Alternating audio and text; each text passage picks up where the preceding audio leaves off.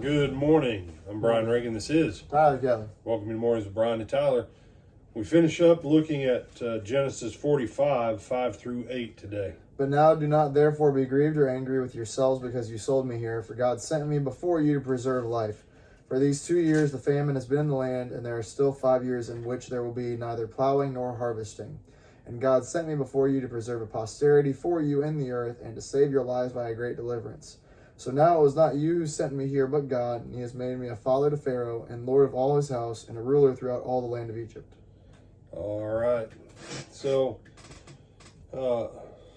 with Potiphar's wife, because Tyler brought that up yesterday, to the best of our knowledge, Joseph always behaved himself with integrity where Potiphar's wife was concerned. Don't miss in that story, Potiphar was extremely angry. Mm-hmm. He was the captain of the host. It means he was like a 4-star general. Okay. The penalty for a non-Egyptian touching an Egyptian woman was death. The fact that Potiphar didn't put Joseph to death, you know what that says? He knew his wife liked to play. He knew his wife liked to play.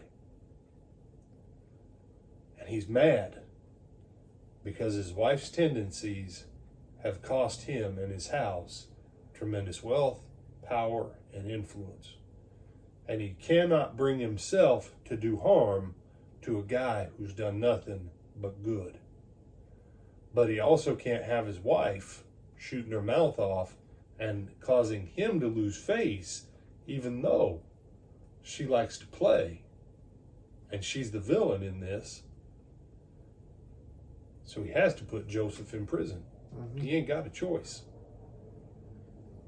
And but Joseph was in charge of the prison. Yeah, and go read the Psalms. Joseph's ankles hurt because of the iron that cut into him on his ankles. Doesn't matter if you're in charge of all the prisoners. If your feet are still in shackles and your ankles bleed, and your bones hurt, that's still not a great place. Okay. Again, the blessing of the Lord on Joseph brought Joseph to a place of mercy. But here's the other part of it. And you have to be very careful with this when you go, well, we just don't know what God's will is. On 95 out of 100 things in your daily life, you do know what God's will is. Yeah. And yeah, Tyler is tapping his Bible. It's right there on the bottom edge of your screen. And once you get those 95 on track, generally you already have the answer to the other 5 because, oh wait, it's like Hebrews 5 says, those who having exercised the Word of God know how to discern this stuff. Okay? But why slavery? Why Potiphar's house? Why the prison? Joseph had to be prepared to run the house of Pharaoh and an entire empire. Number one. Number 2, though, God had to get out of Joseph what was already in Joseph that was bad coming from his family, so that Joseph didn't end up as messed up as his dad and at least 10 of his brothers.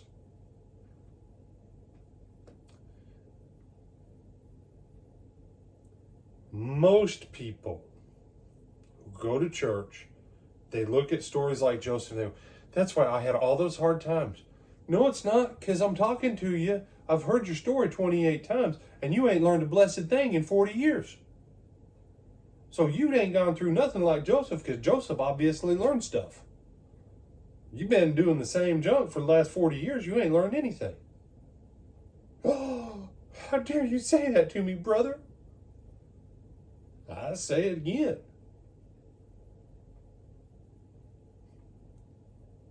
Don't ever say a lesson is from the Lord when you didn't learn any lesson to make you more like the Lord.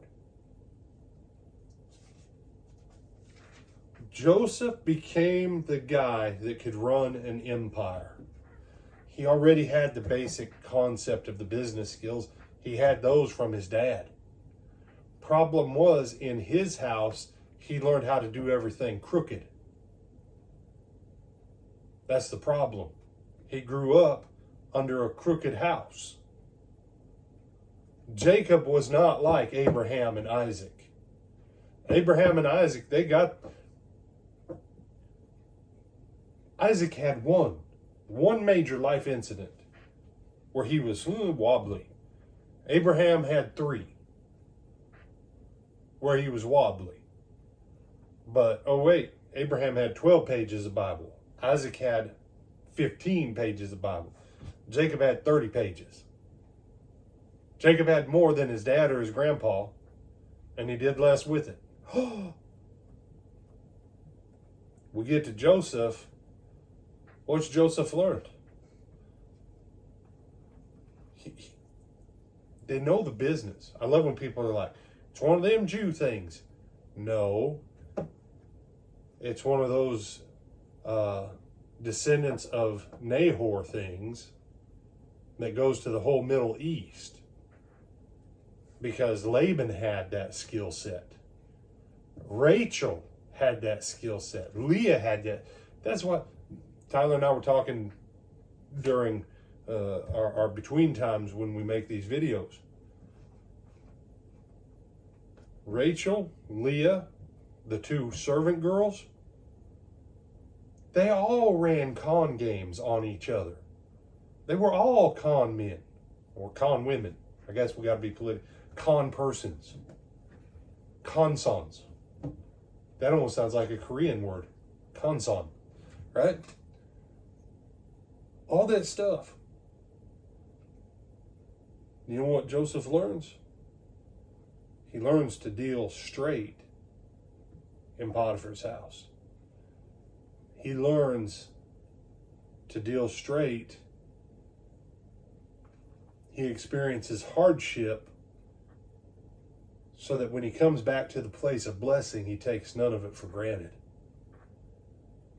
And now when his brothers are standing there and he has literal power of life and death, he can look at them and say, God's the one who brought me here. He can honestly look at his brothers and say, the best thing God ever did for me was got me away from all of y'all. Because if he wouldn't, I'd have been just like y'all, and I'd be right here with you, begging and pleading. Because the real kicker is, had they stayed in the blessing like they should have, I don't know if they ever would have got to this point. But they weren't staying in a place of blessing, so God ain't moving forward with the blessing. But oh wait, God works the blessing through Joseph. And so, when you're looking at your life, start asking yourself, how many times do I have to take the same test over and over again?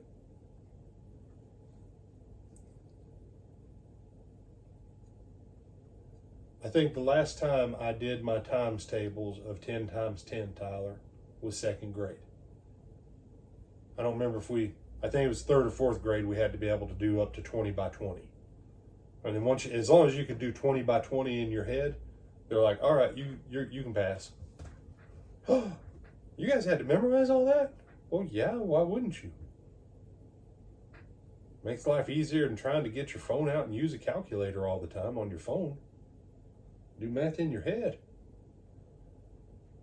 But after 3rd or 4th grade, I never had to do my times tables ever again to prove that I could do my times tables.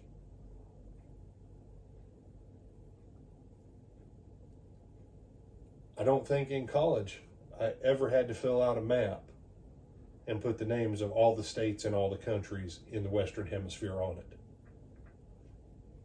What? Before they redrew all the countries in the last 30 years, I used to be able to draw the entire planet. Never had to do that. Only class I've ever had to do that for was when I had to redo Greek at a different university because they had me in a class with a bunch of people who didn't know how to say, alpha, beta, gamma, delta, epsilon. They're like, Alpo? Beta? What? Those people sound mentally deficient. They were. If they can't get alpha and beta correct. They were. They were terrible at it. You don't have to take the test once you pass it. It's the way it works. Joseph passed his test. Joseph learned his lessons. And therefore God was able to work a blessing in him.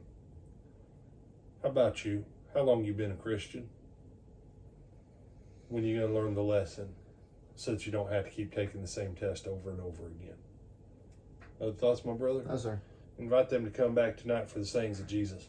I will see you tonight at 7 o'clock at the Lake Butler Church of Christ in Lake Butler, Florida, where we continue our study on the sayings of Jesus, either in person or on our live stream. All right. Till then. Have a good evening, or day. There we go. Day.